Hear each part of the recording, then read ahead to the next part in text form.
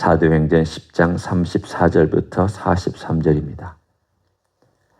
베드로가 입을 열어 말하되 내가 참으로 하나님은 사람의 외모를 보지 아니하시고 각 나라 중 하나님을 경외하며 의를 행하는 사람은 다 받으시는 줄 깨달았도다. 만유의 주 되신 예수 그리스도로 말미암아 화평의 복음을 전하사 이스라엘 자손들에게 보내신 말씀 곧 요한이 그 세례를 반포한 후에 갈릴리에서 시작하여 온 유대에 두루 전파된 그것을 너희도 알거니와 하나님이 나사렛 예수에게 성령과 능력을 기름 붓듯 하셨으며 그가 두루 다니시며 선한 일을 행하시고 마귀에게 눌린 모든 사람을 고치셨으니 이는 하나님이 함께 하셨습니다. 우리는 유대인의 땅과 예루살렘에서 그가 행하신 모든 일의 증인이라. 그를 그들이 나무에 달아 죽였으나 하나님이 사흘 만에 다시 살리사 나타내시되 모든 백성에게 하신 것이 아니요 오직 미리 택하신 증인 곧 죽은 자 가운데서 부활하신 후 그를 모시고 음식을 먹은 우리에게 하신 것이라. 우리에게 명하사 백성에게 전도하되 하나님이 살아있는 자와 죽은 자의 재판정으로 정하신 자가 곧 이 사람인 것을 증언하게 하셨고 그에 대하여 모든 선지자도 증언하되 그를 믿는 사람들이 다 그의 이름을 힘입어 죄사함을 받는다 하였느니라. 아멘. 고넬료를 만난 베드로가 복음을 전합니다. 오늘 여러분이 베드로가 전한 이야기를 읽으면 한 1, 2분이면 읽어버리죠. 그렇지만 베드로가 이 복음을 전했을 때에 이렇게 짧게만 했겠습니까? 베드로는 얼마나 할 말이 많은 사람일까요? 예수님 생애 초기 공생애를 말합니다. 그때부터 예수님께서 부활하신 후 승천하신 그때까지 사실은 제일 가까이서 본 사람이죠. 그렇잖아요? 12명의 제자, 우리가 이제 가룟 유다도 물론 그 가운데 들어 있었지만 중에 3사람 데리고 따로 가실 때가 많았으니까, 그리고 어떨 때는 베드로하고 개인적인 대화를 제일 많이 가까이서 나누셨으니까 할 말이 제일 많은 사람입니다. 제일 많이 예수님을 알고 있는 사람이기도 합니다. 그런 예수님을 그가 이제 소개하기 시작하는데 복음이란 게 뭐냐를 잘 보여주고 있는 대목입니다. 복음은 우리들의 얘기가 아닙니다. 우리가 얼마나 복받냐, 우리가 얼마나 잘 사냐, 우리가 얼마나 건강해지냐, 우리가 얼마나 이 세상에서 높은 위치에 올라가느냐, 우리 자식들이 얼마나 잘 먹고 잘 살고 출세하느냐, 그거 복음 아닙니다. 그것은 세상의 복음이고 번영신학이지 복음 아닙니다. 복음은 예수 그리스도 그분입니다. 오늘 보십시오. 36절부터 43절까지 복음을 소개할 때 우리 이야기가 어디 있느냐? 딱 뒤에 나와 있는 한마디밖에 없습니다. 그를 믿는 사람들이 다 그의 이름을 힘입어 죄사함을 받는다. 이거 딱 한마디예요. 나머지는요, 다 예수 이야기예요. 어디서부터 그 복음을 시작했느냐? 잘 보십시오. 그가 36절에 소개를 하기 시작할 때에 만유의 주 되신 예수 그리스도로 말미암아 화평의 복음을 전하사 이스라엘 자손들에게 보내신 말씀. 제일 먼저 하나님께서 예수님을 이스라엘 자손에게 보내셔서 우리 같은 유대인들에게 먼저 보내셨다. 그리고 나같이 모자란 인생에게, 배신자였죠. 배반했던 사람이죠. 복음을 받기에 합당한 사람도 아닙니다. 난 사실은 베드로가 의로운 사람이었느냐, 경건한 사람이었느냐, 글쎄요. 그가 정말 경건하고 의로웠는지는 예수님 믿기 전에 그의 삶을 모르니까 우리가 뭐라고 판단하기는 그렇지만 썩 그렇게 경건하고 그렇게 의로운 삶을 살아갔던 사람은 아닌 것 같아요. 그냥 평범한 일반 소시민이었고 어부였고 하루하루 살아가는 그런 사람에 불과한 나 같은 사람을, 나 같은 죄인을 주님이 찾아오셨다. 주님이 처음 베드로를 찾아왔던 그 장면을 베드로는 잊지를 못합니다. 여러분이 잘 알고 있는 누가복음 5장에 보면 이 누가라는 사람이 사도행전을 기록했던 이 누가가 기록했던 누가복음 5장에 보면 베드로가 예수님의 말씀을 듣고 그 배에서 설교한 것을 들은 다음 거의 정오가 되어서 예수님이 깊은 데 가서 금을 내려라. 내 말씀을 들었기 때문에 그 말씀을 들은 베드로가 감동받았고 마음에 움직임이 있어서 속으로는 지금 그물을 내릴 때가 아닌데 이분이 왜 이러시나. 어부는 난데. 그런 말이 여기까지 올라오지 않았겠습니까? 그런데 그 말은 하지 않고 제가 말씀에 의지해서 그물을 내리겠습니다. 그리고는 호수 한가운데 가서 그물을 내렸더니 배가 가라앉을 정도로 고기를 잡고 나서 그가 한 즉시 한 행동이 있습니다. 찬양하고 경배하고 하나님 올려드리고 그런 일 하지 않았습니다. 여러분이 잘 읽어보면 예수님 발 앞에 엎드려 주님 저를 떠나 주십시오. 저는 죄인입니다. 그 말은 무슨 뜻입니까? 제가 주님 앞에 설 자격도 없고 제 삶을 돌아보면 저는 몹쓸 인간이기 때문에 제가 주님 앞에 어떻게 몸둘 바를 모르겠습니다. 얼굴을 못 들겠습니다. 주님을 대면할 자신도 없고 자격도 없는 사람입니다. 그렇게 엎드리고 자기의 죄인인 것을 고백했던 사람입니다.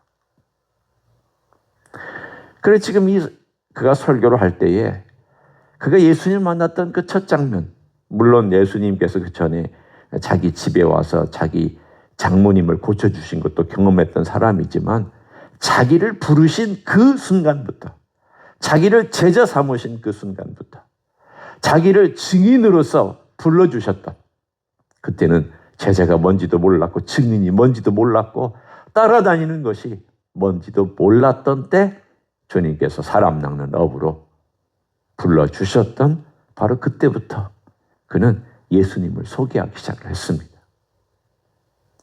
어떤 걸 소개했는지 저는 잘 모릅니다.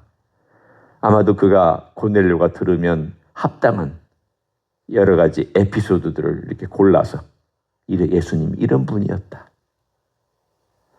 예수님이 이렇게 우리를 찾아오셨다. 나 같은 죄인을 이렇게 주님께서 불러주셨다. 그리고 예수님께서 여기에 가셔서 이런 죄인들, 이런 병자들을 고쳐주셨다. 그 이야기를 오늘 아마도 어딘가에서 했을 텐데 누가는 그 이야기는 다 적을 필요가 없으니까. 왜? 누가복음 읽어봐라 그 얘기죠. 내가 다 적어놨다. 내가 베드로의 얘기를 듣고 누가복음 다 적어놨으니까 그 누가복음 읽어보면 이 베드로가 한 설교에 어떤 부분들이 거기에 들어가 있는지 너희가 상상하면서 읽어봐라. 그 얘기예요. 한번 보십시오. 37절 요한의 얘기가 나오죠. 복음의 시작. 복음이 어디서부터 시작됐느냐. 요한부터. 요한은 복음의 일종의 출발선이라고 할 수 있습니다. 복음을 시작한 사람은 아니지만 그러나 그 분위기를 만들어줬던 사람이죠. 하나님의 나라 가까웠다. 회개하라. 그리고 내 뒤에 오시는 분은 내가 신들매를 감당하지 못할 분이 오신다. 나는 물로 세례를 베풀지만 그분은 불로 성령으로 세례를 베푼다. 그 요한으로부터 시작한 복음의 이야기를 38절 이 땅에 나사렛 예수로 성육신에서 오셨던 예수님을 소개합니다. 그리고는 39절 십자가의 사건을 얘기합니다. 나무에 달아 죽였으나 십자가의 사건. 40절 부활을 얘기합니다. 하나님께서 사흘 만에 다시 살리셨다. 41절 우리 같은 자를 증인으로 하나님께서 불러주시고 그 부활의 몸을 보여주셨다. 너 부활을 한 나를 증언하라. 내가 십자가에서 죽고 끝난 것이 아닌 것을 너희는 증언하라. 그래서 42절 1절과 2절 마지막에 보면은 여기에 증언할 내용이 뭐냐? 증언할 내용이 뭐냐? 그가 산자와 죽은 자를 심판하시는 재판장, 심판관. 마태복음 28장에 보면 하늘과 땅의 모든 권세를 가지신 분인 것을 그는 소개하고, 이분이 바로 하나님이 세우신 우리의 메시아 그리스도 왕. 다시 36절에 거슬러서 올라가면 이분은 원래 만유의 주셨다. 그러니까 만유의 주 되신 분이 나사렛 예수라는 인간으로 이 땅에 오셔서 우리를 섬겨주시고 성령의 능력으로 섬겨주시고, 그리고 십자가에서 우리를 위해서 돌아가시고 우리를 위해서 부활하시고, 부활하신 다음 우리에게 보여주셔서 너 증인이다. 사도행전 1장 8절에 있는 것처럼 성령이 너에게 임하시면 너희가 권능을 받고 예루살렘과 온 유대와 사마리아 땅끝까지 이르러 내 증인이 되리라 라고 하는 우리 증인을 삼으셨다. 그리고 우리는 그걸 증언한다. 그런데 이 증언은 우리만 하는 것이 아니라 이미 구약에도 선지자들이 증언한 것이었다. 짧은 이 설교지만 그는 아마도 여러 군데의 성경들을 인용하며 고넬료에게, 그리고 그 주변의 식구들과 그의 모든 사람들에게 이것을 다 소개를 했습니다. 이것이 복음입니다. 복음은 우리 얘기가 아닙니다. 하나님 얘기도 아니에요. 성령님 얘기도 아니에요.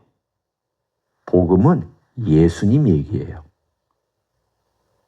여러분은 하나님 닮으라고 하지 않았어요. 성령님 닮으라고 우리를 불러주신 게 아니에요. 누구 닮으라고 불러주세요? 예수 그리스도 닮으라고 불러주신 거예요. 예수님을 닮아야 하나님 닮습니다. 예수님을 닮으려고 해야 성령께서 도와주십니다.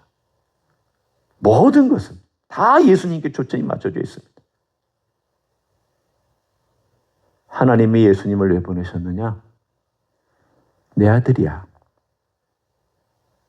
너의 구원도 내 아들이 행한 것이고, 너의 구세주도 내 아들이 행한 것이고, 너희를 희생한 것도 내 아들이 행한 것이고, 너희를 구원할 모든 이름의 권세도 내 아들에게 다 주었으니까 너는 그 아들의 이름으로 세례를 받고 그 아들의 이름을 알려고 하고 그 아들을 의지해서 살아야 되고 그 아들을 알려고 애써야 되고 그 아들을 의지해서 살아야 돼. 이거예요. 이게 복음입니다. 복음은 나머지는 다 붙인 것들이, 붙여도 괜찮아요. 조금씩 여러분이 간증도 붙이고 여러분의 삶 가운데서 들었던 여러 가지 에피소드 붙이는 건 괜찮아요. 그러나 이 핵심과 이 뼈대가 사라지면 그건 복음 아니에요. 복음이 될 수도 없고 돼서도 안 되고 우리는 그런 복음을 전해서도 안 됩니다. 베드로가 전한 이 복음을 들어보시면 뼈대가 있습니다. 예수 그리스도, 만유의 주 예수 그리스도, 그분이 이 땅에 오셔서 우리를 위해서 이렇게 행하시고 그 결과 우리가 죄사함을 받게 되었다. 이게 화평의 복음이다. 죄사함을 받은 것은 복음의 결과물이지 복음 자체는 아니라는 거예요. 제가 좀 구분했습니다. 넓게는 복음이죠. 그러나 복음은 예수 그리스도고요. 예수님의 이야기고 예수님 사건이고요.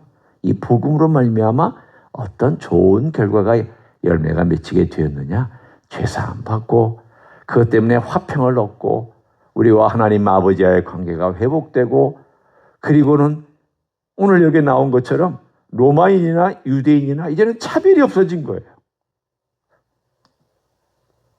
여러분, 유대인에게 그 당시에, 지금도 유대인들은 그렇지만 이방인들은요, 유대인과 함께 교제할 수가 없었습니다. 그런데 하나님께서 그 차별을 다 없애셨습니다.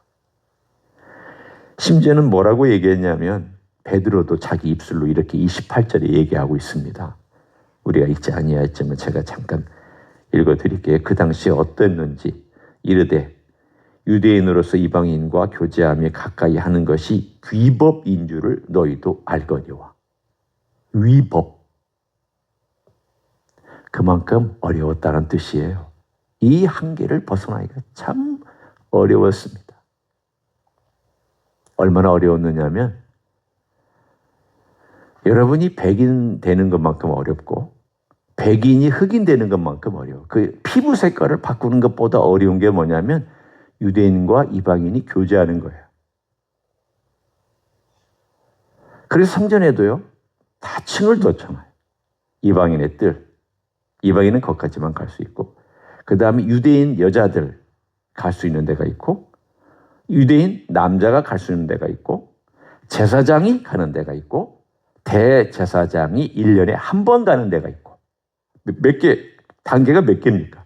대제사장, 제사장, 남자, 유대인 여자, 이방인, 신장, 5단계. 다 하나님 없으셨습니다. 다 없으셨습니다. 그러니 다들 놀란 거죠. 그 없으셨다는 흔적이 어디 있느냐? 44절부터 48절까지예요. 베드로가 이 말을 할 때 성령이 말씀 듣는 모든 사람에게 내려오니 베드로와 함께 온 할례 받은 신자들이 이방인들에게도 성령 부어주심으로 말미암아 놀라니 이는 방언을 말하며 하나님 높임을 들음이라. 이에 베드로가 이르되 이 사람들이 우리와 같이, 이 유대인을 말합니다. 우리와 같이 성령을 받았으니 누가 능히 물로 세례 베품을 금하려 하고 명하여 예수 그리스도 이름으로 세례를 베풀라 하니라. 그들이 베드로에게 며칠 더 머물기를 청하니라. 이것이 바로 화평의 복음, 평화의 복음이었습니다. 지금도 이것은 우리에게 맞는 복음입니다. 오늘 하루 이 복음을 생각하는 시간 갖기 원합니다.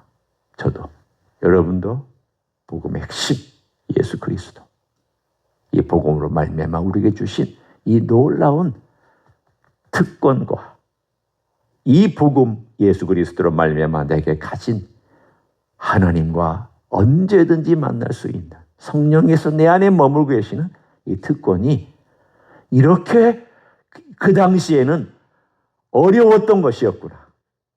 근데 이게 나에게는 이렇게 쉽게 왔구나. 얼마나 감사하고.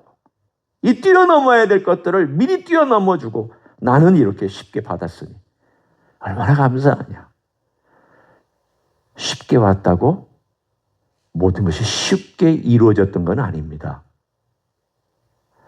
예수님의 복음이 쉽게 우리에게 다가온 거 아니에요. 예수님 희생하셨고요.